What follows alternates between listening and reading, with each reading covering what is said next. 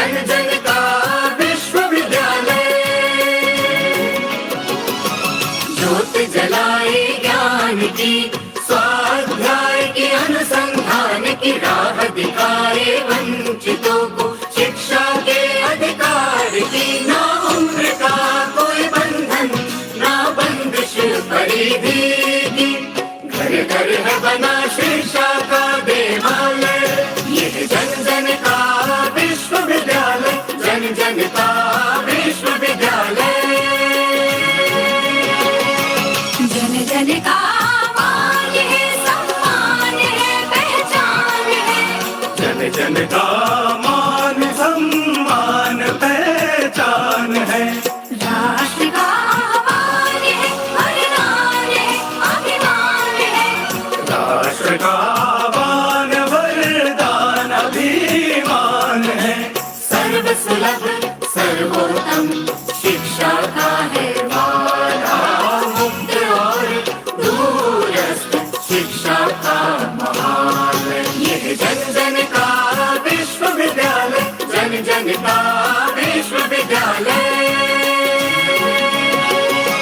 देश विदेश पटल पर भूषित, नवाचार से सज्जित, गुणवत्ता से परिपूरित, ज्ञान वाणी ज्ञान दर्शन, ज्ञान कोश से संचित, ज्ञान कोश से संचित, सर्वगुण संपन्न शिक्षा का हिमालय, शिक्षा का हिमालय।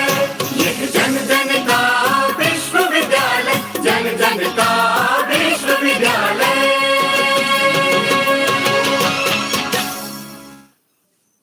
धन्यवाद संजय जी। जैसा कि मैंने पहले भी कहा, सॉरी, सारा देश भारत का अमृत महोत्सव मना रहा है और इसी उपलक्ष्य में स्वतंत्रता संग्राम तथा प्रवासी अध्ययन केंद्र इग्नू ने भी तय किया कि हम 75 कार्यक्रम आयोजित करेंगे। इन 75 कार्यक्रमों की श्रृंखला में आज हम 41वीं पायदान पर खड़े हैं। इस अवसर पर मैं सबसे पहले अपने विश्वविद्यालय के माननीय कुलपति प्रोफेसर नागेश्वर राव जी को नमस्कार करता हूं और उनको धन्यवाद देता हूं, उनका आभार व्यक्त करता हूं। उन्हीं की प्रेरणा से हम यह कार्यक्रम कर पा रहे हैं। विश्वविद्यालय के माननीय सम कुलपति प्रोफेसर सत्यकाम जी को भी धन्यवाद देता हूं। और आज हमारे बीच प्रमुख वक्तव्य जो होगा और मुख्य अतिथि के रूप में हमारे साथ प्रोफेसर महेश रंगाराजन जी हैं। मैं आपको भी नमस्कार करता हूं, आपका स्वागत करता हूं, अभिनंदन करता हूं। आज प्रोफेसर रंगाराजन जी प्रकृति, इतिहास और विज्ञान, स्वतंत्र भारत में जीव संरक्षण विषय पर, nature, history and science, funnel conversation in independence India subject पर अपनी बात रखेंगे और हम सब इससे लाभान्वित होंगे। मैं अपने विश्वविद्यालय के अन्य सभी अधिकारियों, माननीय समकुलपतियों को भी धन्यवाद देता हूं।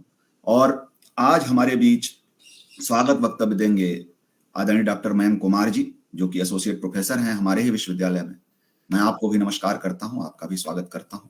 और अब बिल्कुल भी समय न लेते हुए आज के स्वागत वक्तव्य के लिए आदरणीय डॉक्टर मयंक कुमार जी को आमंत्रित करता हूं। बहुत बहुत शुक्रिया Sushil Tiwari ji, and it's always an honour and a privilege to welcome Professor Mahesh Rangarajan.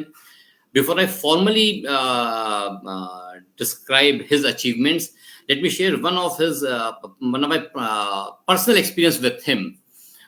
उनको शायद नहीं याद होगा कि मेरी उनसे मुलाकात हुई थी नेशनल आर्काइव्स में। हम बैठा करते थे और सर किसी सिलसिले में वहां आ रहे थे। तब महेश रंजन साहब तीन मूर्ति में फेलो थे। तो इन्होंने मुझे देखा और मुझसे बोले कि आप यहाँ कैसे, आप तीन मूर्ति में भी बैठते हैं। मैंने कहा सर रिसर्च कर रहा हूँ, इस थीम के ऊपर काम कर रहा हूँ। उन्होंने कहा ओके, इस थीम पे काम करते तो हम लोग मुलाकात करेंगे। ये एनेक्डोट मैं आपसे इसलिए शेयर करना चाह रहा हूँ कि this is what Mahesh sir's contribution has been. वो किसी भी यंग स्कॉलर को देखते थे, मिलते थे, उससे बात करते थे और फिर उसके बारे में बातचीत शुरू हो जाती थी। ये बात तब और ज्यादा मुझे समझ में आनी शुरू हुई कि जब जब मेरी उनसे मुलाकात हुई, मैं राजस्थान में काम कर रहा था, मैं मेडिकल हिस्ट्री पे काम कर रहा था और इनका खुद का काम मॉडर्न हिस्ट्री के ऊपर, सभी आप लोग देखेंगे। लेकिन जैसा आज आप लोग जब अस्पताल जाते हैं तो आप ढूंढते हैं कि एक जनरल फिजिशियन मिल जाए जो आपको ओवरऑल देख के बता पाए, कनेक्टिविटीज जोड़ पाए between cardiology and orthopaedics and dentology. So जब महेश साहब से मेरी मुलाकात हुई तो मुझे लगा कि ये उन स्कॉलर्स में से हैं, उन किस्म के स्कॉलर्स में से हैं जिनकी रेंज बहुत वाइड है। वो आपकी थीम को लार्जर कॉन्टेक्स्ट में देख पाते हैं, जोड़ पाते हैं, बोल पाते हैं। अभी जब हम लोग मिल रहे थे, अभी जब शुरुआत हो रही तब भी उन्होंने पूछा कि आपकी ऑडियंस कौन कौन होगी, कौन कौन से लोग होंगे, साइंसेस भी हैं, सोशल साइंसेस भी हैं, क्योंकि उनकी रेंज उस हिसाब से मॉडिफाई होती रहती है। अभी आप एक्सपीरियंस भी करेंगे जब he will lecture that on that issue. आज का जो टाइटल है, अगर आप उसको भी गौर करें तब भी यही रेंज आपके सामने खुल करके आती है, because he cut across disciplines. What is interdisciplinary is very much manifested in his approach, in his attitude. So let me formally introduce him, because there are several who knows about him, but let me formally introduce him. Dr. Mahesh Rangarajan is a historian of modern and contemporary India with a special interest in environmental history. He is currently Vice Chancellor of Kriya University. Prior to this, he was Professor of History and Environmental Studies at Ashoka University. He was also Director of Nehru Memorial Museum and Library. And before that, he was with us at Delhi University, Professor of History. He has also been visiting faculty at Mario Inadi Center for International Studies, Cornell University. He was also associated with NCBC Bangalore and Jadavpur University. In his education, he has received BA in History from Hindu College, received both Masters and DPhil from Oxford University, along with Rhodes Fellowship. He chaired the Elephant Task Force of the Government of India in 2010. Very recently, Dr. Rangarajan was honored by American Historical Association as the honorary foreign member. Perhaps he is the fourth Indian who has received this honor. So, congratulations, sir. He is the author of several books, including Fencing the Forest, Conservation and Ecological Change in India's Central Province, followed by India's Environmental History and Reduction. Then an important contribution in terms of collection of essays, Nature and Nation, Essays on Environmental History. He has also edited books including Environmental Issues in India, a reader which was recommended by Delhi University for its undergraduate course on the compulsory course Environmental Issues in India. He has also contributed immensely in terms of Oxford Anthology of Indian Wildlife, Volume 1 and 2, and a monumental work, a collection of essays, India's Environmental History, Volume 1 and 2. When I talk about his reach and his expanse, then we must recommend his book, Shifting Grounds, People, Animals, and Mobility in India's Environmental History, which was published in 2016. And recently, he has published At Nature's Edge, the Global, Present, and Long-Term History. Welcome, sir. Please. Thank you, Professor Mayank Kumar. It's very good to meet old friend. And I'm sure you recognize old friends are always very generous in introduction. The warmth of the Indira Gandhi National Open University is very known. On personal note, I'm in my late father-in-law's house. He was professor in this university after retirement from Indian Air Force. उनके आत्मा को भी शांति मिलेगी कि इस शुभ अवसर पर अमृत महोत्सव को मनाते हुए मैं आपके बीच यहाँ पर इस छोटी सी सभा को संपन्न कर रहा हूँ। आदरणीय सत्यकांत जी, आदरणीय डॉक्टर सुशील तिवारी जी, माननीय डॉक्टर मयंक कुमार जी और साथियों, आज का जो विषय है ये तीन यानी कि अनेक धाराओं को जोड़ने की कोशिश करेगा। प्रकृति या कुदरत, इतिहास या तारीख और विज्ञान। और जहां तक जीव जंतुओं का सवाल है, फॉनल कंजर्वेशन और भारत खास करके 1947 के पश्चात यहाँ जो गतिविधियां रही हैं, यहाँ जो समस्याएं रही हैं, जो चुनौतियां रही हैं, इस पर आजकल हर कोने में चर्चा है। एक इतिहासकार के कई भूमिकाएं होती हैं और सबसे अहम भूमिका है एक सूत्रधार की। हम जो बीता हुआ युग है, बीता हुआ काल है, उसको एक नए परिप्रेक्ष्य में रखते हैं, इस वजह से कि आने वाले कल के लिए जो तैयारी होती है, आने वाले कल के लिए हमें जो खुद एक समाज के हैसियत से जो सोच विचार की जरूरत है, अपने गतिविधियों में जो परिवर्तन की आवश्यकता है, उसके लिए कुदरत के सवाल को समझे बगैर, इस बहुत जटिल समस्या को सुलझे बगैर हम आगे नहीं जा सकते। The theme of nature, science and history is very important to a country like India. When you look at the history of independent India, it is very striking that two of the very key figures in the early years after independence encountered this question very early on. One was C. Rajagopalachari, and as director Nehru Memorial, it was my privilege to be in the institution which had his papers. As you know, Sri Rajagopalachari in 1947-48 was a very busy man. He was preparing to take over as the first Indian head of state of independent India. He took over from Lord Mountbatten. You all know Lord Mountbatten was the last viceroy of independent India. Many may not know that he first proposed to Edwina Mountbatten in the Viceregal Lodge in what is now the Vice Chancellor's Office of Delhi University. And before that, he was part of the trip which went to Nepal, where he shot a rhinoceros. There was debate on how large the rhinoceros was. So 3 military officers signed a letter saying that it was a large rhinoceros with big horns. Because one of the features of British military civil elite in India was that they hunted a lot of animals. The idea of killing over 100 tigers, shooting the largest tiger, was very important to the British viceroys and to their associates. Prior to Mountbatten, the viceroy was Lord Wavell. And Lord Wavell was once in a shoot with Mountbatten, and this is recounted in his book Viceroy at Bay. And he asked Corbett, what will happen to the tiger when we leave India? And Corbett said the tiger will have no future. Every Indian will have the right to vote. The peasants will want to cut the trees. They may want to shoot the tigers which take their cattle. I do not give the tiger more than 20 years, Corbett said. The other I want to recount was Lord Linlithgow, who visited the Gir forest. The Gir forest was the last forest by 1900 where there were lions left outside Africa. The lion is a very important animal across centuries in Indian cultures. You know, I am now in the Kriya University in Chittoor district, Andhra Pradesh. And one of the legendary figures of political history of Andhra Pradesh was N.T. Ramarao Garu, who's now no more. In one of his great rallies, he called it the Simha Garjana rally, the rally of the lion's roar. And the lion is very important in the Pallava kingdoms. Those of you who may not know much about Pallavas would have seen the very beautiful stone sculptures of Mahabalipuram. And one of them is of a lioness stalking a prey. And if you sit and look at it carefully, you will realize the person who cut that sculpture knows exactly how lioness stalks the prey. So Lord Linlithgow went to Gir forest. He was guest of Nawab of Junagadh. And he could have been guest of Maharaja Bhavnagar, who also had part of Gir forest, or of the Maharaja Baroda, who had an area known as the Kodinar Gir. In these areas, with the permission of Maharajas, you could shoot a lion. And Lord Linlithgow shot a lion. Lord Linlithgow was a kindly man. The photo shows him with the dead lion and with his gun and with 43 beaters. So he had 43 people chase the lion to a machan where he shot it. Rajaji was asked some years after, for months after independence, what to do about the Governor General's shooting blocks.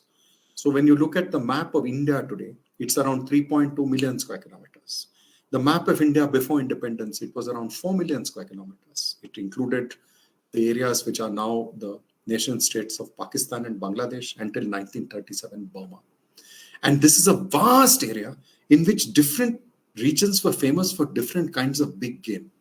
Lord Hardinge wrote a book called On Hill and Plain. It's from his big game shooting diary.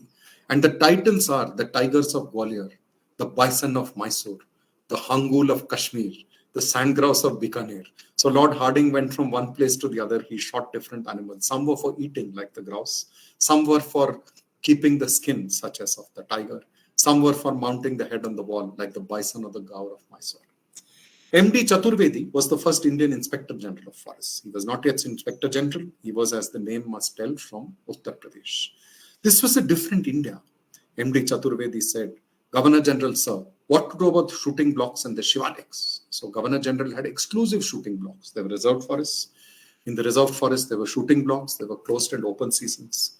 And in the open season, you got a license. You shot sambar or cheetal.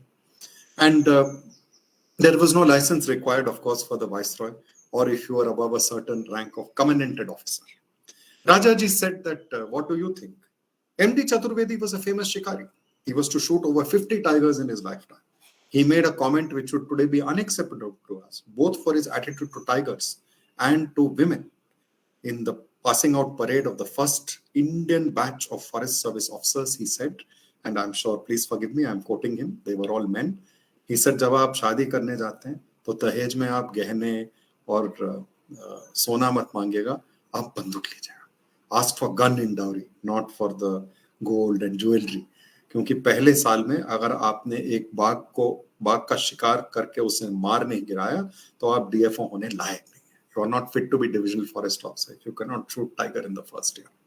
This is not peculiar to India. The British ruled large parts of East Africa, and right up to 1970s, you were not allowed to become member of the wildlife of the game guard. You were not allowed to be game warden in Kenya unless you stopped and shot a bull elephant. Rajaji and Chaturvedi decided that freedom in India should not be only for the human beings, it should also be for the animals of Shivaliks. And Rajaji said, I will not only give up my shooting rights, you ask government of UP to gazette that it be made a wildlife sanctuary. It is today the Rajaji National Park. That is how it gets the name Rajaji. It's in the Shivaliks, and it was a very important place because a very key British officer worked in these areas. The officer most famous, who was from Uttarakhand, was not in the civil or military service, though he served in the army with distinction in First World War. He was important in training in Second World War, was Jim Cobbett. Colonel Jim Cobbett was actually a timber contractor, and the Cobbett Park was to be named after him when India became independent in 1955. Very unusual. But Corbett Park was a very peculiar kind of Englishman. He was third, fourth generation Indian. He was a domiciled Englishman. When we think of British Empire, it was defined by race. You know, whites were at the top, Anglo-Indians below, and so on and so forth. Well, between the white people who were from Britain, that is England, Wales, Scotland, Ireland, there were domicile whites, people born and brought up in India by white parents and grandparents in India. He was one of them. And in his book, Geoffrey Ward, who has written about US Civil War, says that Jim Corbett always felt excluded. For instance, it would have been unthinkable for a white woman from England to marry someone like him. Please note he remained a bachelor, but perhaps for other reasons. It's interesting that Cobbett was to write that his role model was a man called F.W. Champion, a forest officer, who in 1919 gave up shooting animals except for food and took to something remarkable, photography. And it was Champion who wrote the books Jungle in Sunlight and Shadow and With a Camera in Tigerland. The Shivaliks, the Rajaji National Park, is the area where Champion worked. So Rajaji is a very interesting figure. The slightly older people may recall that in 47-48, he gave series of lectures on All India Radio on the Mahabharata and Ramayana. Now, it's not widely known that C. Rajagopalachari was a formidable linguist. He not only knew Tamil and Sanskrit well, he also spoke, wrote, and he could speak, read, and write Telugu equally well. So these Ramayanas he gave on the All India Radio. He wrote up in Tamil, and later it was translated to English and very popular with Bharatiya Vidyabhavan. I want to draw your attention to something you may have missed. During the long period of exile, Yudhishthira and the four Pandavas received a very interesting delegation. Now, this is in the book by the Rajagopalachari. And recently, a few years ago, my distinguished colleague, Professor Upinder Singh, brought out a book on violence in ancient India. In that, there is a chapter, Wilderness, and she comes to the same episode. The animals of the forest came in a delegation. Now, we don't know how they selected the delegation, but this is a very famous poem, Mahabharata. So they came to Yudhishthira and said that we are very worried about presence of Pandavas in the forest. So Yudhishthira wanted to know why. They said at the rate that you are killing us, there won't be any of us left. So Yudhishthira said that we have to hunt in order to eat. And the Pandavas, of course, as you know, were Kshatriya. And if you read the various versions of Mahabharata or hear them, one of the marks of the Pandavas in the forest is that the animals knew that they are very particular men. They could make out by the way they walked, the way they carried their bows, the way they walked fearlessly, that they were very strong. Particularly, you can think of certain Pandavas who represent strength in symbolic terms. Arjuna with archery, Bhima with the sheer physical strength and martial prowess. So Yudhishthira made a very interesting suggestion. He said for 1 week, we will hunt in one part of the forest. Another week, we will hunt in another part of the forest. We will kill only 1 or 2 animals. Professor Upinder Singh argues that this is a measure of how power, political power, military power, is tempered by compassion. And there are many instances of compassion. My distinguished colleague who studies cranes, Professor Gopi Sundar, he has studied very important animal in North India, the Saras crane. Saras crane is supposed to mate for life. And he pointed me to a very interesting paper as Sanskritist, where 2 of the Kurinji birds are killed by a hunter. And the person who witnessed them composed a verse in Sanskrit, the shloka. And the tradition holds this is Valmiki. And some scholars have argued those 2 birds actually are the Saras cranes. The pain which is felt is not only at the death of birth, but the death of killing one creature which is loved by another creature. Now, for Rajaji to be critical of hunting was perhaps natural. He was a lifelong proponent of ahimsa. And when you take the idea of ahimsa and take it from the human and apply it to the animal world, how can there be a place for hunting, particularly for pleasure? Well, the reality is in 1947, India was a very different country from what it is today. It had just been through partition. Millions of refugees had to be resettled. One of the places they were resettled was along the Tarai. The Tarai is a great belt of North India, begins somewhere in West UP, goes through the Nepal and Bhutan, Sikkim, right up to Assam. Traditionally, it had very tall grasslands, wet grasslands. It's known as elephant grass. The reason is good. Suppose you sit on top of elephant and ride through the grass, people will just about be able to see. In the late 19th century, J.H. Baldwin wrote that this was the most favored haunt in India of tigers, of swamp deer, of hog deer, and until the 1870s of other animals, the wild buffalo or the arna and the rhinoceros. You may recall, and even people who don't study history will recall, that Harappa and Mohenjo-daro, one of the very famous seals, is of the one-horned rhinoceros. It's clearly a one-horned rhinoceros. The hide is of a one-horned rhinoceros. The horn is of one-horned rhinoceros. As late as 1520, Ziauddin Muhammad Babur hunted rhinoceros near Peshawar. By the late 19th century, rhinoceros had vanished right across the Indus and Ganga basin. It was found in Brahmaputra basin in some small pockets, and in the Teesta basin, and in the Rapti river valley. That's where it survives till today. So the shrinkage of the range of the rhinoceros, not only in numbers because it was hunted, but because the lands were cleared, that gets a final blow in the post-Second World War phase. Clearing of Tarai was assisted not only by arrival of very large numbers of refugees who were settled in these areas, areas now in news, Lakhimpur Kheri, Pilibhit, these were areas which were cleared. The clearance was facilitated by the arrival of DDT, a very important chemical compound which was used to eliminate the mosquitoes with other negative effects, and also with new anti-malarial drugs, both of which became easy to obtain at the end of Second World War. The end of Second World War also left in India many jeeps which were sold as second-hand. Over 2 million Indians served in the war. Over 1 million of them served in Army, Navy, Air Force. And one of the features of Indian Army is when you go back as a Jawan, you are allowed to take your gun home. They did. And many were issued crop protection guns to protect the crops from the wild animals, wild boars, nilgai, and deer who raid the crops. So there's a very interesting situation where beginning in Second World War, there was a free-for-all for nature. The Grow More Food campaign launched in the war to grow more food for the war effort became a Grow More Food campaign of independent India. It may interest you to know that from 1870s, British Raj gave out big rewards for killing, and I quote the exact words, dangerous beasts and venomous snakes. And these records are available to us. I earlier computed the records, and the numbers are quite staggering. In a 50-year period, every year, over 1,600 tigers, 2,000 leopards, 2,000 bulls were killed for rewards. These programs continued. As late as 1969-70, it was reported in UP that the thekedar, the contractor, who built bunds, they built the bund, they created a small pond or lake, talab, to provide drinking water, irrigation, and they maintained it. After some time, magarmach, that is the freshwater crocodile, would come here. So all that the thekedars had to do is kill the magarmach, the crocodile, and take it to the tahsildar, and they would get a reward. May interest you to know, in true imperial tradition, they calculated the reward after taking out a measuring tape and finding out the length of the crocodile. The longer the crocodile, the more the reward. This was very important also for animals such as the wolf, which had a very vast range in India. The wolf was an animal of the open areas. I am using Mahabharata analogy because it may be familiar to many people in the room. One of the names of Bhima is Vrikodara. Vrikodara means the one with the belly of the wolf. So this refers to the wolf being very hungry. Suppose two wolves get into the pen where the sheep, goats are there, they'll kill a lot of them. So leopards, wolves were also eliminated on large scale, and many of these schemes continued in independent India. I want to emphasize that even in 1960s, you can see a book called Fodor's Guide to India. So 1964, I think, if you come, there are 6-7 pages on hunting. It tells you where to go in Connaught Place. Now Connaught Place is called Rajiv Chowk. That time it was after Earl of Connaught. And in Connaught Place, which shop you go, and it says that don't be frauded. Sports outfitters don't pay more than 40,000 rupees. That's a lot of money at that time.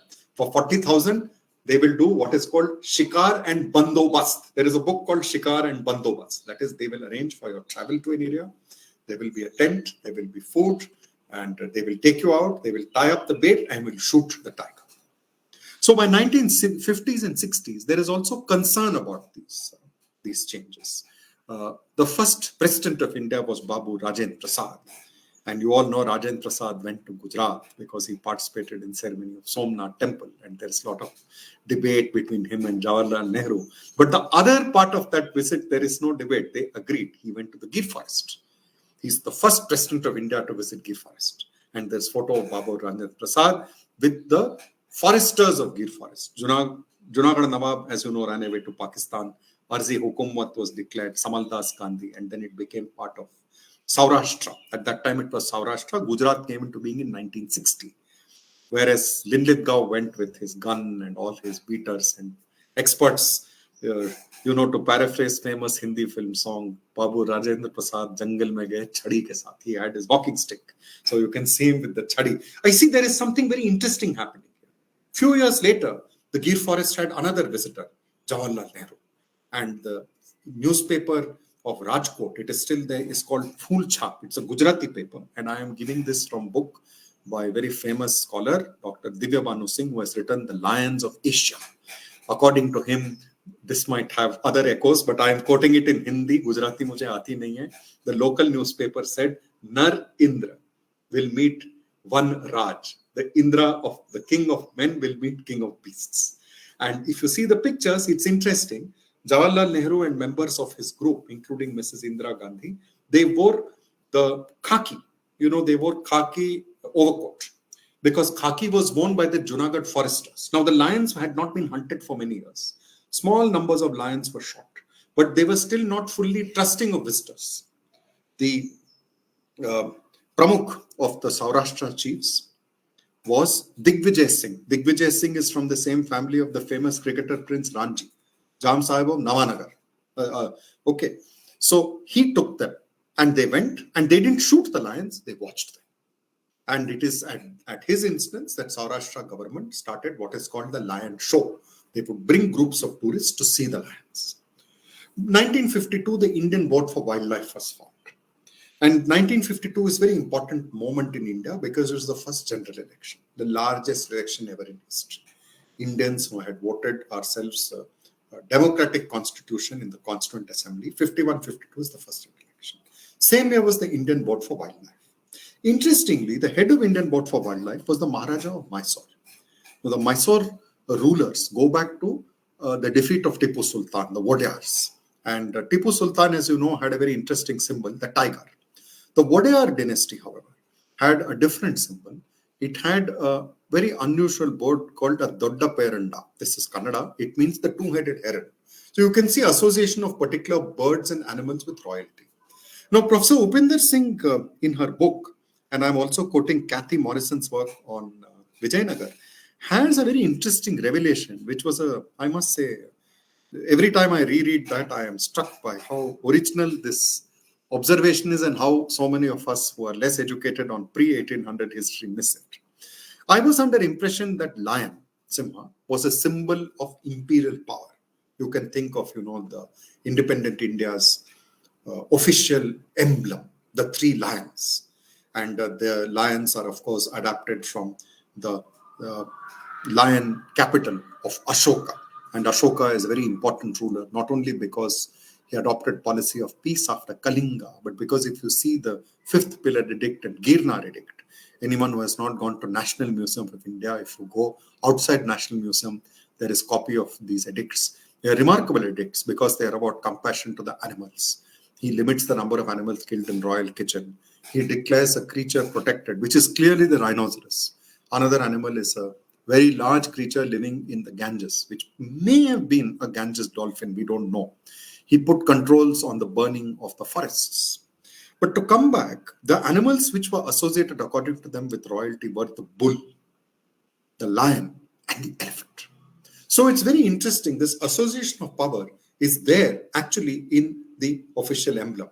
In fact, if you look at the rupee carefully, it has a horse, it has a bull, and it has the lion capital. Now, what would be the fate of animals in independent India? So, Indian Board of Wildlife took stock of the situation.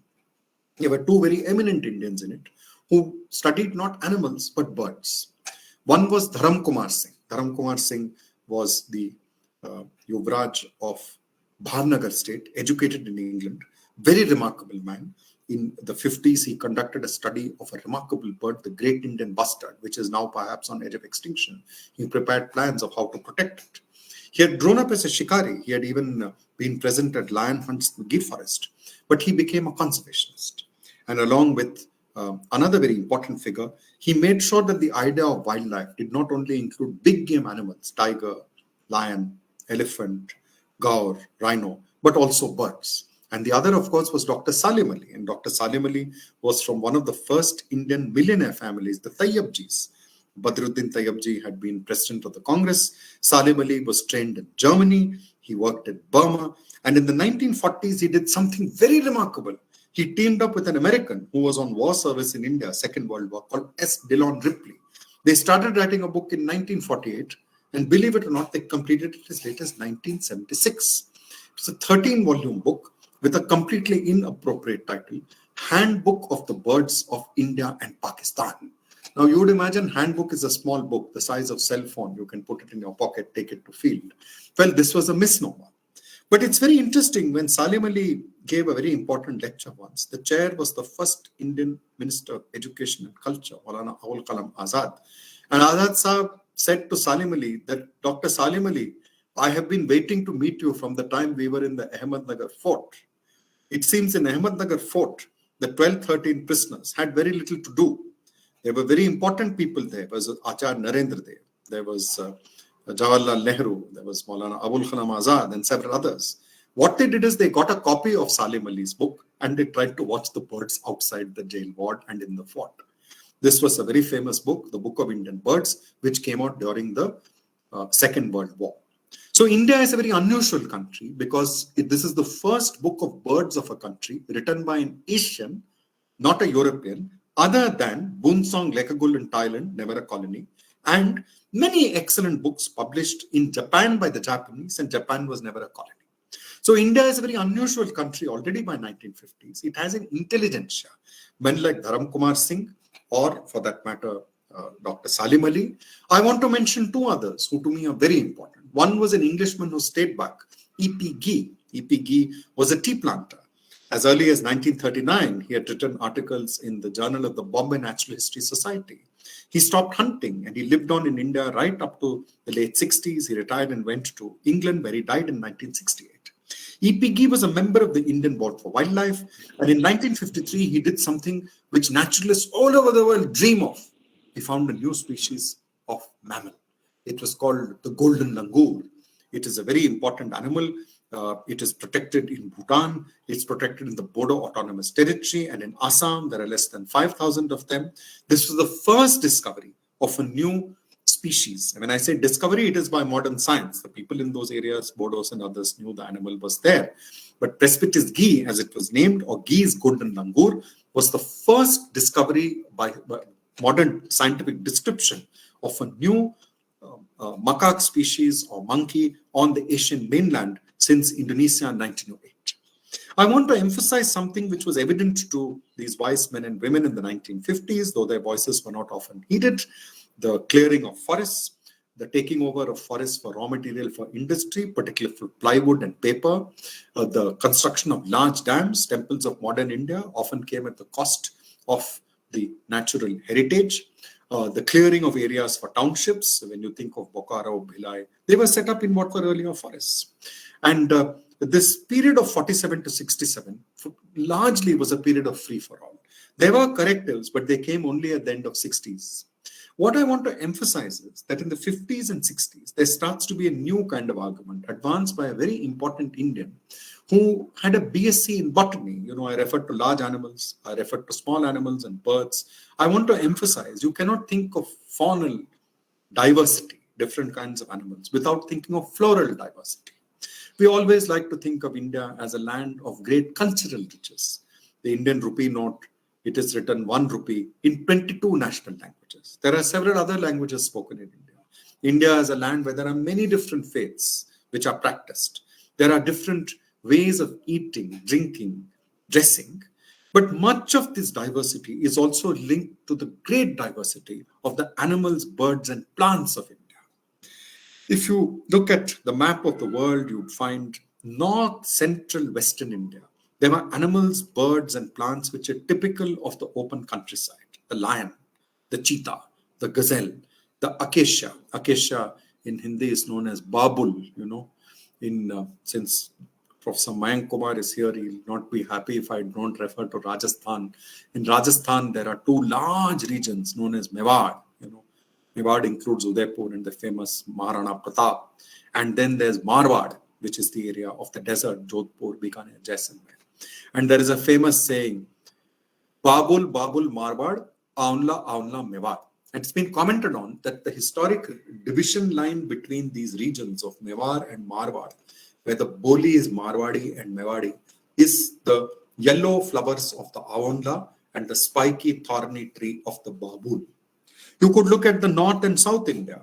One of the animals very familiar in North India is the bandar or the rhesus macaque. Roughly speaking, North and South India, the division is between the rhesus macaque in the north and the bonnet macaque, a much smaller animal, to the south. In Eastern India, its place is taken by the Assamese macaque. So Northern India, and it's not specific to Northern India, many of these species spill over to the south. In 1989, there was a very important book written in French, The Jungle and the Aroma of Meats, Ecological Themes in Hindu Medicine. Francis Zimmerman, translated 4 years later. It's most remarkable book. Because Zimmerman argues that if you read the Sanskrit pharmacopoeias, Charaka, Susruta, and others, I don't, so I'm relying on him, but I verified this. The very important animal for them is known as the Krishna Mriga. Krishna Mriga is blackbuck, Antilopa cervicapra.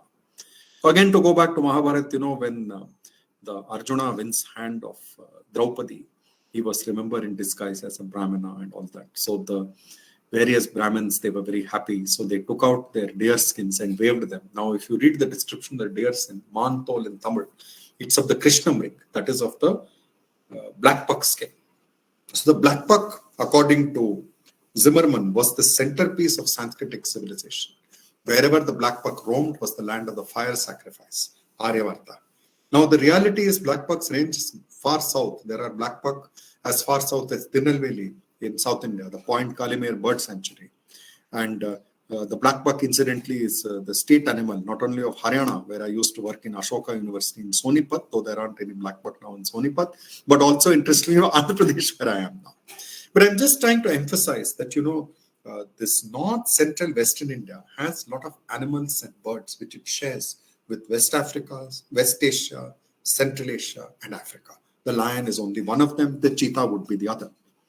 If you go into the Himalayas, and the Himalayas are a vast mountain chain, they are part of a greater mountain chain which stretches into North and Central Asia and sweeps eastward and ends with the Great Plateau of Tibet. And here there are animals such as the snow leopard, first photographed in the wild as recently as 1974. A variety of species of wild sheep and goats, pheasants, fir trees, pine trees. These are reminiscent of a Nearctic and alpine realm, which is very widespread through parts of Asia and Europe. It has brown bears, for example.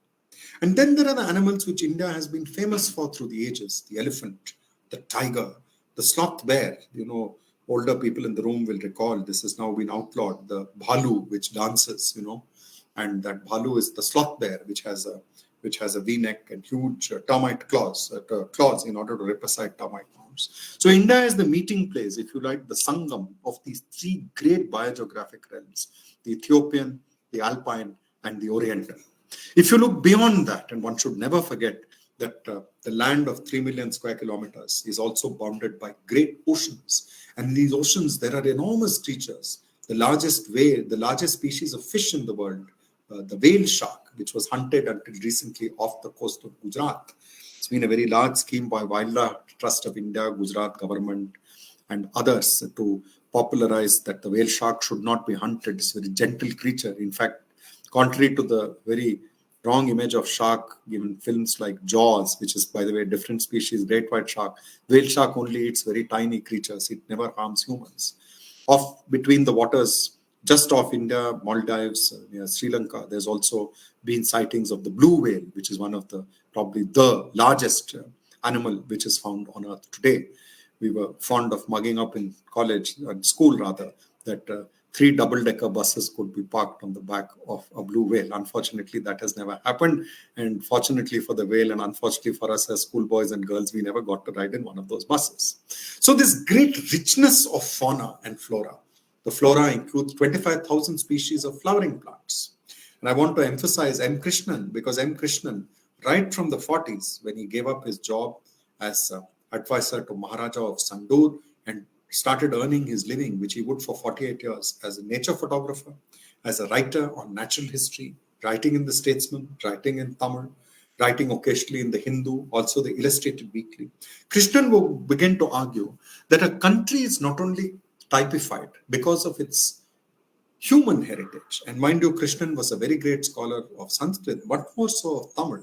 His father, Madhavaya, was one of the very important writers of Tamil, and modern Tamil prose derived enormously from the richness of his writings. Krishnan would argue that a country is also characterized by the ways in which different natural features, the mountains, the rivers, the swamps, the trees, the flowers, the birds, the animals, are part of its culture. He would often cite a famous line from the Silai Padikaram, from the Sangam literature, in which a man who is far away from home looks up into the sky and asks a bird that, "Oh bird, when you go south, please tell my wife I will be late for dinner." And he then describes that this very strange bird with a peculiar beak, it does not catch fish. It dips its very beautiful head into the water, takes out the muddy slime, and extracts from the slime its food. And I'm sure you have described this was the flamingo. Krishnan would argue that the estuary of Pichavaram, the gazelle, the ghorpad, were as important as the majestic elephant or the samba. And it is due to the efforts of men such as Krishnan that in the late 1960s, a very important change would come about. You know that in late 1960s, it was time of great political turmoil and upheaval all over the world. US was embroiled in war in Vietnam, in which while fighting the guerrillas, it did something very important. It invented what Zerner has called the weapon of ecocide. To fight the guerrillas, they sprayed herbicide on the forest and tried to kill the forests and the trees. They almost succeeded, though they lost the war. It's taken independent Vietnam a lot of effort to revive the forests and the mangroves destroyed by the herbicides. It was a time the Soviet forces went into Czechoslovakia. There was the civil rights movement in America, women's movement all over the world. In India, it was a time when monsoon failed twice. Congress party's majority in the parliament went down to 283 in House of 421. And the 2 years of drought led India to have to import over 20 million tons of grain from the United States, for which it had to pay in foreign exchange, which it didn't have. This led to many changes, which were broadly called the Green Revolution. And one of the impacts of Green Revolution, and today is not a day to get into detail, is that by 1972, India ceased to be a net food importer. And this meant that it was not reliant on American grain the way some of our African brothers, sisters are in sub-Saharan Africa today. They may buy, the maize from Ukraine and wheat from Russia, but they are not able to grow enough food because they have not been able to invest technologically in modern methods. One of the other consequences of the double drought, was there was new awareness of the importance of forests. The first woman Prime Minister, Mrs. Indira Gandhi, spoke in Bangalore University in January of 66, soon after taking office. People normally don't look at these speeches, but if you look at it, it has a very interesting sentence. It says the recent shortage of food had to do with failure of rains. It's not only a curse of nature, it's also because we have not protected our forests. The destruction of forests due to large dams and opening up for agriculture might harm our water security and food security. So in the late 1960s, there is a very interesting change. In 1969, Mrs. Gandhi addressed the International Union for Conservation of Nature, where she said that we do need foreign exchange, but not at the cost of the most beautiful furred and feathered inhabitants of our land. The magnificent tiger, the rhinoceros and elephant are in danger of extinction. And she said, we should not look at forests from a narrow accountant's point of view, unquote. At this time in the same meeting, one of the people who objected to putting the tiger on the Red Book, first step to making it protected species, was a very famous political leader. He was killed in a very awful attack by Maoists some years ago, Vidyacharan Shukla. Vidyacharan Shukla was the owner of Alvin Cooper and Company. And he quoted the figure I just cited a few minutes ago. He said, each tiger which is shot dead by tourist earns 40,000 rupees of foreign exchange. Can we give it up? Now, 6970 is also very important here. It was abolition of privy purses, nationalization of banks. And in his writings, Dr. Ullas Karan, leading tiger biologist, has argued that this period 69 to 72 was a time of very swift measures to protect the natural heritage and forests. The tiger was listed in the Red Book. Export of leopard and tiger skins was banned. The director of Delhi Zoo, Kailash Singh Sankhala, who was from the Forest Service from Rajasthan, got a fellowship to study the Indian tiger. His conclusion, there were only 2,500 left.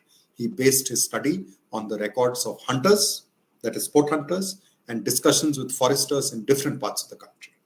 In the same time, the Bombay Natural History Society conducted surveys of the gharial. Gharial, incidentally, is very ancient crocodilian. It is even older than most famous dinosaur in modern history because it has become a film star par excellence. Even small boys and girls will tell you T-Rex stands for Tyrannosaur. Well, even before Tyrannosaur existed, the Ganges, the Gavial or the Gharial was found in the waters of Ganga, Brahmaputra, Indus. And its numbers had vastly reduced by this time. There was also a study of another very important animal, very, very critical in independent India, the wild buffalo, the Arna. And the wild buffalo is the ancestor of the domestic water buffalo, which, as you know, was behind the success of India in Operation Flood. So every time you have milk, butter, cheese, you should thank the buffalo, which is the source of most of the milk in India. Cow is also very important, but in tonnage terms, it's buffalo. But the ancestor of the buffalo, the wild buffalo, was in trouble. So I think in 69 to 72, there are a lot of steps taken. One of them was that there was a coup, which Dr. Karanth, of course, is happy about. In 1969, the lion became the national animal. In 1972, it was replaced by the tiger. When he was asked why this was done, Dr. Karan Singh, the chairman of the Indian Board for Wildlife, first denied the insinuation by a journalist that this is because his nickname was Tiger. You know, he was, as you know, the last princely ruler of Kashmir. And he said this is not true. And he said the tiger has been made the national animal because it is in danger. By making the tiger national animal, we want to create awareness of our natural heritage. And this natural heritage is common to all Indians, whatever our politics and other divisions. The tiger, he said, is a symbol of unity and diversity because it is found in 11 of 16 states. That time India had 16 states, now there are 28. There were 9 tiger reserves and they were in 8 states. They included 1972-73, India launches the world's then largest wildlife conservation program. And it was argued, Kailash Sankhala, the first director, would argue that the aim of Project Tiger was to do nothing and not let anybody do anything. First, you know, the journalist thought something's wrong with Director Project Tiger. What is he saying? And he explained that Indian forestry was about changing the flora of the forest, growing the teak, the sal, the shisham, which were important for revenue. But this was a new view of the forest where all the plants and animals were part of one web. The tiger was the top of the food chain. By protecting the tiger and ensuring its security and safety and of its cubs and the tigresses and all that, they would protect the plants and animals and reptiles and insects of the forest. So the tiger would become, he said, an index of environmental quality. These 9 tiger reserves would create among the people a deep realization that nature is a unified entity. And it's very important that there have been many political changes in India, but the 1972 Wildlife Act, the tiger reserves have endured those changes. 1977, you know, there was big change. First time Congress lost the election. Morarji Bhai Desai became the first non-Congress Prime Minister of India. Few months after that, Dr. Salim Ali met him. And I'm quoting from Dr. Salim Ali's editorial in Hornbill. Dr. Salim Ali used to be bringing out a popular newspaper, the newsletter, the Hornbill. It was called Meeting the Prime Minister. So he asked Prime Minister Morarji Desai, I hope wildlife conservation will continue. It will not be regarded as something because of emergency. And Morarji Bhai assured him that he would do so. And he said that he was not unfamiliar with problems of forest conservation. He had been deputy collector of Thane district. and he had tried to set up cooperatives to help the Adivasis to extract forest resources without being harassed by the forest department. Morarji Desai then asked a very important question. He said, Dr. Salim Ali, it is very good that you want to protect animals like tiger and leopard. But have you ever talked to the panchayat presidents and people who live in villages?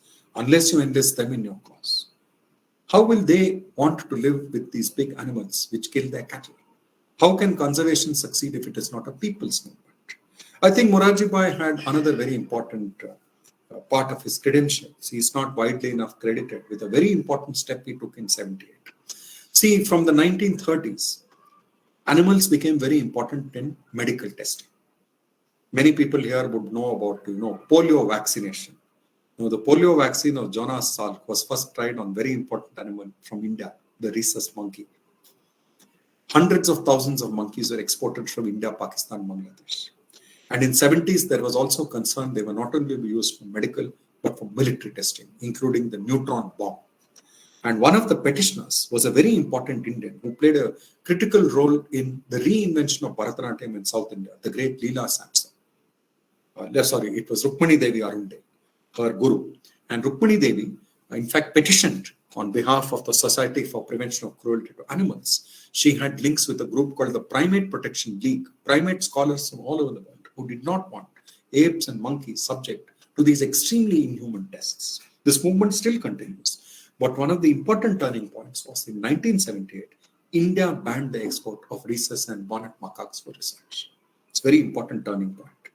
In this time, there was a very major development. In 74, a scientist from Madras Snake Park, very unusual man, Romulus Whittaker. Many Indians have relatives in America. 1965, America changed immigration routes. Only whites were allowed to go there from 1900s. It was a racist immigration policy. So a lot of Indians went and settled. Well, this was a man who went in reverse direction. He was American. He came to India, married an Indian and settled here. Romulus Whittaker, a fluent Tamil speaker, founded the Madras Snake Park and the Crocodile Bank. And Whittaker's team went to a place in Kerala known as Silent Valley. It is called Silent because there were no cicadas. And the Silent Valley became a very big cost celebre. There was a huge movement to protect the rainforest. And the dam eventually was not built. Morarji Bhai and the local government headed by CPI had a different view. When Mrs. Gandhi came to power in 80 and by 1985, the dam was shelved, other alternatives were discovered and Silent Valley became a national park. There have been many changes between late 80s, early 90s and now. One of them is that globalization and liberalization has unleashed new patterns of economic growth. There are huge pressures on the forests, the marine systems, the hills, the valleys. These are of a sort, frankly, nobody was prepared for 50 years ago. Think of the growth of mega city such as Delhi. And there are many parts of Aravallis which have been devastated, not for deforestation, but limestone mining to make cement for the growing city of Delhi. We think of the growth of Chennai, the great city of Chennai, destroying the wetlands around. And one of the results is that in 2021 and 2015, there have been devastating floods because water which was drained away into the wetlands is now threatening large parts of the city. The city is threatening to swallow nature, whether forest, mountain or wetland. This is equally true of Kolkata. The Sundarbans mangroves are very well known to all of you. They are very famous home of the Bengal tiger, and the mangroves are a very important symbol of a tiger reserve which stretches across India, 1973 tiger reserve, into Bangladesh. The independent Bangladesh has also protected the tiger. It's a remarkable symbol of cooperation between two friendly countries. Similarly, the Manas Tiger Reserve stretches from the Indian part with the golden langurs, our friends, and also into Bhutan. But I think we should be clear that in the 21st century, the question of faunal conservation is not about protecting these large animals or small, the plants or the various microbes. This protection is vital for human survival. This emerged in Silent Valley, which had so many different plant species which are critical to domestic cultivated plants and for medicinal purposes. It's important with wetlands because wetlands recharge the water sources and they are breeding grounds of vast species of fish, which are very important for sustaining livelihoods, both in the inland water systems and in the coastal areas. We also face a very difficult legacy. Many of the parks I referred to, Gir, Bandipur, originated in princely India, where the Rajwadas often did not treat the people as equal. in Eastern India, and wrote since Gold and Bhojuram Gujar have written that when the Ghatyali Raj ended in Savar, the peasants and the herders went into the bramble bushes and killed the wild boars because they hated the feudal oppressions of the former gentry. In Sundarbans, many of the people were evicted very brutally in 1978 by the then state government, and some were shot dead. And interestingly, they told a researcher, Annu Jalai, that we are referred to as Chotolok. We are not Chotolok. We are Nimno Vargos, people of lower classes. They said they had no problem with tigers. In their own mythology, they were refugees from, the persecution in East Pakistan. And the tigers were refugees from Java. They claimed that they were people who had walked the land to seek shelter in the mangrove forest, while the tigers had swarmed from Java and found shelter. So I think one of the remarkable features of India is that there are large numbers of extremely poor people who live very close to nature. How can we reduce the levels of conflict they face due to everyday life? Professor Kumar referred to Elephant Task Force, and one of the very sad parts of Elephant Task Force was we found 400 people being killed every year by elephants. Elephants, as you know, do not eat people. They have no quarrel with humans. And most of the people were farmers or cultivators and laborers protecting their crops. Now, we need to have a realization. Over 100 elephants are killed by people. Today, by the way, many of the tuskers have already been killed by poachers. There are many tuskers in the forest. But 50 to 60 of the elephants killed by people are killed in the fields. Today, the numbers are higher. Number of elephants is over 100. The task force report is 2010. Number of humans killed is 600. They are both victims. The elephant is victim. The humans who are not well off are also victim. How do we devise a system to protect both? That's one. The other big question in faunal conservation is how do we cannot, and it is not humanly wise or practical for a developing nation emerging on the world stage to give up modern industrial progress and development. We can debate this. There are people who will say small is beautiful. I respect them. But can it be planned in a way that it minimizes the negative impact on nature?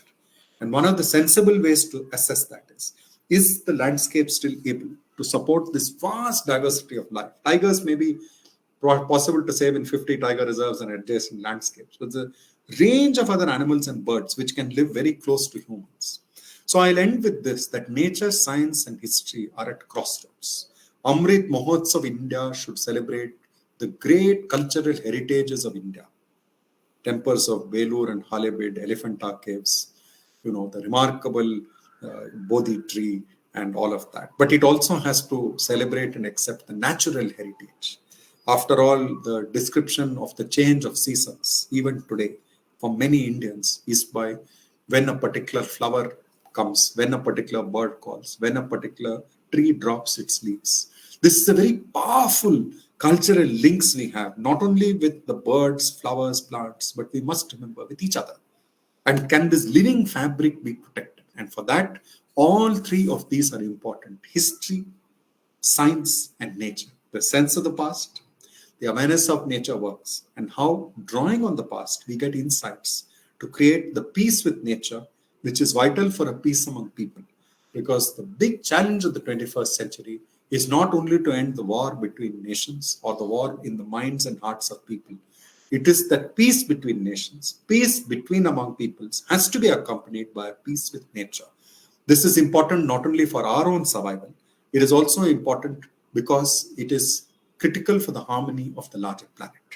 And I would argue that while the challenges in India are vast, I think independent India has disproved the great Jim Corbett. The tiger has survived, and I think much else can. But if it will only be if we learn from our past, draw from science, and create a broad new sense of community. Thank you, Jay. Thank you so much, sir. It was a thought-provoking and very inspiring lecture. You started by saying that this lecture consists three things: nature, history, and science. But it was more than that. It has politics, it has sociology, it has economics. Most importantly, it has literature also. And at the end, you touched upon some points of geopolitics. So this was a very big canvas you touched upon. And you rightly concluded that heritage includes the natural heritage also. And if we are not going to preserve our natural heritage, we will lose a significant part of our cultural heritage. Thank you so much, sir, for this thought-provoking and inspiring lecture. अब मैं आज के समाहार के लिए विश्वविद्यालय के माननीय समकुलपति और स्वाधीनता संग्राम तथा प्रवासी अध्ययन केंद्र के निदेशक आदरणीय प्रोफेसर सत्यकाम जी को आमंत्रित करता हूं। धन्यवाद डॉक्टर सुशील तिवारी जी। आज हमारी 41वीं श्रृंखला है और हम जो ये यात्रा तय कर रहे हैं उसमें आप सब लोगों ने महसूस किया होगा और मैंने भी महसूस किया है कि हम कैसे हर एक व्याख्यान में एक अमृत कलश को संजो रहे हैं। हर एक श्रृंखला में हमारा कलश अमृत वाणियों से लबरेज होता है। आज के मुख्य अतिथि और मुख्य वक्ता प्रोफेसर रंगराजन जी, कुलपति क्रिया विश्वविद्यालय, जो इतिहास और पर्यावरण के विशद विद्वान हैं, और आपने इनका जो वक्तव्य सुना उससे आप मुझसे जरूर सहमत होंगे कि इतिहास केवल एक तथ्यों की श्रृंखला नहीं है बल्कि उससे बढ़कर है। हमारे संरक्षक आदरणीय कुलपति प्रोफेसर नागेश्वर राव जी, जिनके आशीर्वाद और मार्गदर्शन में हमने यह अथक यात्रा शुरू की है, जिसमें हमारे सामने अलग अलग विषयों के विद्वान आकर भारत के इतिहास को मुखर करते हैं और जो कहानी हमने कभी न सुनी थी वो कहानी सुनाते हैं। आज का वक्तव्य भी उसी की एक श्रृंखला है, जिसमें हमने न केवल भारत के इतिहास को देखा बल्कि प्रकृति और विज्ञान, राष्ट्र और अंतर्राष्ट्रीय स्थिति के बीच जो संबंध होता है उसको भी मैं देखा। मैं खास तौर पर डॉक्टर मयंक जी का बहुत ही शुक्रगुजार हूं कि उन्होंने आदरणीय प्रोफेसर महेश रंगराजन जी के जैसा व्यक्तित्व से हमें परिचित कराया और उनके विचारों से हमें अवगत कराया। मेरे सभी समकुलपति साथी, निदेशक विद्यापीठ और निदेशक क्षेत्रीय केंद्र,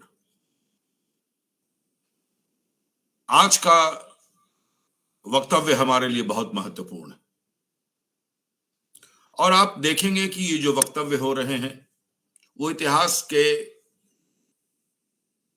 कितने पन्नों को खोल रहा है और ये दिखा रहा है कि इतिहास को देखने की दृष्टियां क्या हो सकती। हमने जब इस अमृत यात्रा की शुरुआत की थी, अमृत महोत्सव की शुरुआत की थी, तो इसकी शुरुआत हमने गांधी से की थी, जिसमें शांति और अहिंसा ने किस प्रकार अपना कार्य किया था। और मुझे जहां तक याद है कि हमारा पहला व्याख्यान चंपारण सत्याग्रह से हुआ था, जिसमें गांधी जी गए थे और उन्होंने किसानों के दुख दर्द को साक्षात देखा था और विजय का अभियान, आजादी का अभियान वहां से शुरू हुआ था। सारा कुछ कहते हुए अंत में प्रोफेसर रंगराजन जी ने शांति की बात की और उन्होंने बहुत ही शालीन ढंग से यह दिखाया कि भारतीय परंपरा में किस प्रकार का संबंध मनुष्य, प्रकृति, पेड़ पौधे, जीव जंतु के बीच था। और जब हम देवी की स्तुति भी करते हैं तो हम यही कहते हैं कि या देवी सर्वभूतेषु शांति रूपेण संस्थिता, या देवी सर्वभूतेषु प्रकृति रूपेण संस्थिता। भारतीय परंपरा में प्रकृति को पूज्य बनाने का, आराधना का केंद्र बनाने का एक बहुत ही पुण्य और पवित्र परंपरा रही है। प्रोफेसर महेश रंगराजन जी ने जो आज का इतिहास प्रस्तुत किया, उसमें यही भाव था कि हम प्रकृति के बीच कैसे सहभाव से और शांतिपूर्वक रह सकते हैं। जो पूरा इतिहास उन्होंने बताया, कि जो एक मानसिकता की बात की कि इंडियन फॉरेस्ट सर्विस की कहानी सुनाई, जिसमें ये कहा जाता था कि अगर तुमने एक शेर का शिकार नहीं किया तो तुम वन अधिकारी, फॉरेस्ट ऑफिसर बनने के अधिकारी नहीं। ये जो एक संकल्पना थी, वो मेरे विचार से भारतीय संकल्पना नहीं है। ये पाश्चात्य संकल्पना है, विदेशी संकल्पना है। जितने भी इतिहास के परिप्रेक्ष्य प्रोफेसर साहब ने रखे और ये बताया कि किस तरह से विदेशियों ने शिकार किया यहाँ के जीव जंतुओं का और उसको जोड़ा हमारी आजादी से, ये बहुत महत्वपूर्ण है। केवल हम परतंत्र नहीं थे, हमारा वन, हमारे पशु पक्षी सभी परतंत्र थे। और आजादी मिलने के बाद जो नेहरू जी की कथा सुनाई, राजेंद्र बाबू की कथा सुनाई, उसमें एक झलक जरूर दिखाई पड़ती है कि हम औपनिवेशिकता से पूरी तरह उस समय मुक्त नहीं हुए थे, लेकिन धीरे धीरे हम औपनिवेशिकता से मुक्त हुए और व्हाइट रेवोल्यूशन और ग्रीन रेवोल्यूशन की बात की, आत्मनिर्भरता की बात की। आज हम कम से कम खान पान में, खाद्यान्न में हम आत्मनिर्भर हैं, अपना उपजाते हैं, अपना खाते हैं और साथ साथ जो हमारे प्रकृति के बीच रहने वाले वन प्राणी है उनको भी लेकर हम सचेत हैं। यानी भारतीय परंपरा में प्रकृति की रक्षा करने का जो भाव था, वह भाव अब हमने पुनः स्थापित कर लिया है और जो इसका उल्लंघन करता है वो दंड का अधिकारी होता है कानूनन।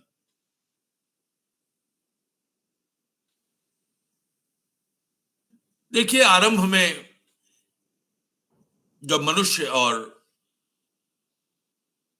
भी वन में रहता था, पशु पक्षी भी वन में रहते थे, तो संघर्ष तो लाजिमी है। अपने अस्तित्व के लिए, भोजन के लिए। देखिए, पशु पक्षी का जो पूरा का पूरा देश है, उसमें भी एक ऐसा तारतम्य है कि अगर एक पशु न रहे तो दूसरे पशु का जीवन संकट में पड़ जाता है। एक पूरी श्रृंखला है, एक पूरी चेन है। आप उसको मारेंगे तो उसके आगे जो पशु है उसकी संख्या बढ़ने लगेगी। माने पूरा का पूरा प्रकृति ने जो एक रचाव किया है। और बहुत अच्छा प्रसंग आपने बताया कि जो हाथी का प्रसंग है कि किस प्रकार से हाथी और मनुष्य के मरने का अनुपात एक दूसरे पर आक्षेपित होता रहता है। लेकिन महेश रंगराजन जी जैसे विद्वान जब तक हैं हमारे यहां, तब तक हमें एक दृष्टि मिलती है, और ये दृष्टि है न केवल अपने इतिहास को पॉजिटिवली देखने की, बल्कि क्रिटिकली देखने की। आज जो पूरा हमने एक कहानी सुनी, जो लंबा इतिहास सुना, पांडव से लेकर और आजादी के बाद तक, पांडवों के वन गमन से लेकर आज तक, आप राम कथा भी सुनेंगे, उसमें भी ऐसे बहुत सारे प्रसंग आपको मिलेंगे। मनुष्य, प्रकृति और वन में रहने वाले प्राणियों के बीच के जो संबंध है, आप राम की सेना को देखिए, उससे आपको मनुष्य और वन्य प्राणियों के बीच का जो संबंध है, वह संबंध समझ में आ जाएगा। हमने न केवल वृक्षों को, बल्कि वन्य जीवों को अपना पूज्य माना। हम हनुमान की स्तुति करते हैं, हम गजराज की स्तुति करते हैं, हमारे वराह अवतार हैं, पशु के रूप में हमारे अवतार हैं। तो ये क्या बताता है?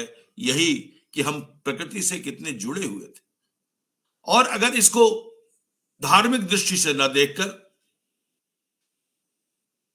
अगर दूसरी दृष्टि से भी देखें, तो हम जिसे पूज्य मानते हैं उसका नुकसान नहीं करते, उसे पूजते हैं। तो ये जो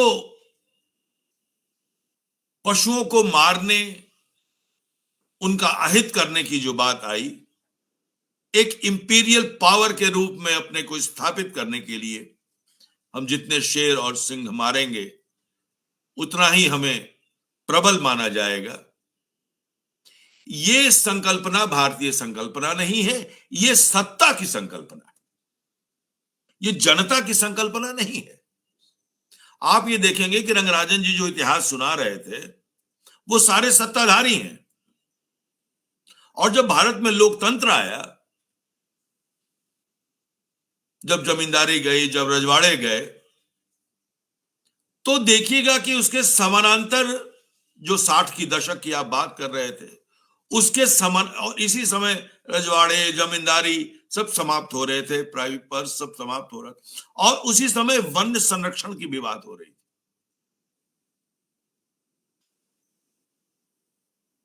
मैं अपनी आजी से एक कथा सुना करता था कि ऋषि मुनि पशु पक्षियों से बातचीत करते थे, वन्य जीवों से बातचीत करते थे। ये क्या दर्शाता है? यही दर्शाता है ना कि हम सहभाव से, एक भाव से रहने के आदी थी जनता, सत्ता नहीं। जब सत्ता हाथ में आती है तो सत्ता के साथ मद भी आता है, अहंकार भी आता है। और यही मद और अहंकार ये सोचता है कि सारी दुनिया मेरी मुट्ठी में है, लेकिन जब अकाल पड़ता है, जब सूखा होता है, जब अनावृष्टि होती है, जब अतिवृष्टि होती है, तब यह पता चलता है कि प्रकृति का नुकसान हम करेंगे तो हमें भी नुकसान होगा। आज हम झेल रहे हैं रोज रोज जो कोरोना के कई रूप हमारे सामने आ रहे हैं, वो इसीलिए कि प्रकृति का विच्छेदन किया है हमने, प्रकृति का दोहन किया है हमने। जब मैं बच्चा था, छोटा था, गंगा के किनारे रहता था, तो जो प्रोफेसर रंगराजन जी गैंगेस डॉल्फिन की बात कर रहे थे, तो बचपन में हम लोग देखते थे कि वो पानी में उछलती है, फिर नीचे जाती है, और उसको हम लोग सोंस बोलते थे। ये सब समाप्त हो रहा है। तो जो प्रकृति है, अगर प्रकृति को हम अवमानना करेंगे तो प्रकृति अपना प्रतिशोध लेगी, और वो प्रतिशोध नहीं है, वो प्रकृति का सहज स्वभाव है। क्योंकि इसी प्रकृति के बीच में रहकर हमें स्वच्छ हवा लेनी है। पीपल की पूजा करते हैं हम, आज बताते हैं कि रात दिन वो ऑक्सीजन छोड़ता है। ये सारी बातें जो है वो ये सिद्ध करती हैं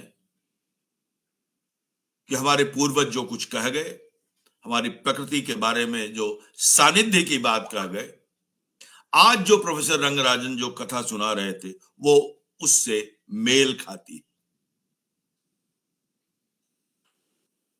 तो मैं तो आज के इस वक्तव्य को यह मानता हूं कि फिर से शांति और प्रकृति संरक्षण के प्रति हमें जागरूक होना चाहिए, न केवल जैसा कि रंगराजन जी ने कहा पशु पक्षी के प्रति, बल्कि मनुष्य के बीच, राष्ट्र के बीच भी एक शांति की स्थापना होनी चाहिए। भारत शांति के दूत के रूप में प्रसिद्ध रहा है। बुद्ध, गांधी जैसे लोग हमें रास्ता दिखाते रहे हैं, और गांधी ने तो शांति और सत्य और अहिंसा के बल पर ही हमें आजादी दिलाई। तो हमें उसे ही पुनर्जीवित करना है, उसी राह पर चलना है, तभी हम अन्य देशों से अलग तो हैं, विशिष्ट बन सकेंगे, और जैसा कि हमारे आदरणीय प्रधानमंत्री जी कहते हैं कि विश्व गुरु बन सकेंगे। बहुत बहुत धन्यवाद, शुक्रिया। बहुत बहुत धन्यवाद आदरणीय प्रोफेसर सत्यकाम सर, इस अत्यंत ही महत्वपूर्ण समाहार के लिए। आज हम सबने दो बहुत महत्वपूर्ण वक्तव्य सुने। एक जो प्रमुख वक्तव्य आदरणीय प्रोफेसर महेश रंगराजन जी का था, और उसके बाद जो समाहार वक्तव्य आदरणीय प्रोफेसर सत्यकाम सर का था। ऋग्वेद का पृथ्वी सूक्त कहता है कि पृथ्वी मेरी माँ है और मैं उसका पुत्र हूं। आप जब दोनों ये बात कह रहे थे तो मुझे वह सूक्त याद आ रहा था, और वह सूक्त हमें यह बता रहा है, हमने यह प्रण लिया था अपने पूर्वजों के माध्यम से कि हम एक पुत्र के रूप में इस सारी प्रकृति का संरक्षण करेंगे। और यह सही कहा आदरणीय प्रोफेसर सत्यकाम सर ने कि यही भारतीय संकल्पना है। प्रकृति का संरक्षण सभ्यता के विकास की कहानी से जुड़ा हुआ है। जैसे जैसे सभ्यता विकसित होती गई, वैसे वैसे हमने प्रकृति को संरक्षित करने के तौर तरीके ढूंढ लिए, और हम एक सह अस्तित्व के रूप में प्रकृति के साथ रहने लगे। यही कारण है कि हमारे यहाँ के जो पुराने स्क्रिप्चर्स हैं, जो पुराने ग्रंथ हैं, उनमें बार बार इसकी बात कही गई है। और आगे चल करके राजत्व के जो सिद्धांत निर्मित हुए, कौटिल्य का अर्थशास्त्र भी प्रकृति संरक्षण की बात करता है। लेकिन मुझे लगता है कि जैसे जैसे आधुनिक सभ्यता जिसको हम कहते हैं उसके निर्माण की प्रक्रिया शुरू हुई, और कॉलोनियल मॉडर्निटी ने अपना असर विश्व के सारे भागों पर दिखाना शुरू किया, तो उसका यही सिद्धांत था कि हमें प्रकृति को जीत लेना है, हमें प्रकृति के सारे रहस्यों को जान लेना है, हमें प्रकृति का दोहन करना है, और उस दोहन के द्वारा हमें अधिक से अधिक चीजों को प्राप्त कर लेना है। यही कॉलोनियल मॉडर्निटी जब भारत में भी आई तो हम अपनी जो परंपरा थी उसको भूलते गए, जिसकी तरफ आदरणीय प्रोफेसर सत्यकाम सर ने और आपने प्रोफेसर रंगाराजन जी ने ध्यान दिलाया। एक और बड़ी महत्वपूर्ण बात है जो मैं कहना चाहूंगा कि यह देखने की आवश्यकता है कि जैसे जैसे कॉलोनियल माइंडसेट अपने सत्ता के प्रसार के लिए हमारे वनवासियों के बीच जाता है, तो उसको और बहुत ही तीव्र प्रतिरोध का सामना करना पड़ता है। इसका कारण यह था कि वो नहीं चाहते थे कि उनके यहां जो इक्विलिब्रियम है, जो इकोसिस्टम है, वह किसी तरह से नष्ट हो। यह बहुत ही महत्वपूर्ण था कि आजादी के बाद हमने इन चीजों को समझा और अब धीरे धीरे हम उस स्थिति में आ गए हैं जब हम फिर से उस सहअस्तित्व को पाने के लिए संघर्षरत भी हैं और प्रयास भी कर रहे हैं और प्रतिबद्ध भी। तो सबसे पहले मैं आज के अत्यंत ही महत्वपूर्ण प्रमुख वक्तव्य के लिए महेश रंगराजन जी को धन्यवाद देता हूं। सर, आप हमारे बुलाने पर आए, मुझे पता है आप अत्यंत ही व्यस्त रहते हैं, लेकिन फिर भी आपने समय निकाला और हमारे बीच आए और हम सबको लाभान्वित किया। इसके लिए आपको आभार भी व्यक्त करता हूं, आपका अभिनंदन करता हूं। मैं अपने विश्वविद्यालय के माननीय कुलपति आदरणीय प्रोफेसर नागेश्वर राव जी को भी आभार व्यक्त करता हूं। विश्वविद्यालय के माननीय समकुलपति और स्वाधीनता संग्राम तथा प्रवासी अध्ययन केंद्र के निदेशक आदरणीय प्रोफेसर सत्यकाम जी, जिनके कुशल निर्देशन में केंद्र से हम लोग लगातार यह कार्यक्रम आयोजित कर रहे हैं। हर हफ्ते हम लोग एक नए वक्ता के साथ, एक नए विषय के साथ मिलते हैं। यह सब आदरणीय प्रोफेसर सत्यकाम सर के कुशल और बहुत ही श्रमसाध्य प्रयासों का परिणाम है। मैं उनको भी धन्यवाद देता हूं, उनको भी आभार व्यक्त करता हूं। विश्वविद्यालय के अन्य माननीय समकुलपतियों, विश्वविद्यालय के अन्य पदाधिकारियों को भी मैं धन्यवाद देता हूं। मैं अपने विश्वविद्यालय के विभिन्न केंद्रों के निदेशकों, क्षेत्रीय केंद्रों के निदेशकों को भी धन्यवाद देता हूं और विभिन्न आभासी माध्यमों से जो लोग जुड़े हैं, जो यूट्यूब से जुड़े हैं, जो लोग फेसबुक के माध्यम से जुड़े हुए हैं, जो आगे हम इसको ज्ञान दर्शन और ज्ञानवाणी के माध्यम से भी प्रसारित करेंगे, उस पर भी जो लोग देखेंगे, उनको भी मैं धन्यवाद देता हूं। और मैं इस अनुरोध के साथ कि हम सब इस सत्यकाम सर जो कहते हैं कि एक यज्ञ हमने शुरू किया है, हम सब इसमें अपनी आहुति दें। सबको आभार व्यक्त करते हुए, सबका धन्यवाद देते हुए, मैं जैसा कि अपनी परिपाटी है उसके अनुसार कार्यक्रम की समाप्ति हम लोग राष्ट्रगान के साथ करते हैं। तो मैं संजय जी से अनुरोध करता हूं कि राष्ट्रगान के द्वारा कार्यक्रम की विधिवत समाप्ति की जाए। पेपर मांग लीजिए और सब लोग अनुरोध है कि राष्ट्रगान के सम्मान में अपने स्थान पर खड़े हो। जन गण मन अधिनायक जय हे भारत भाग्य विधाता।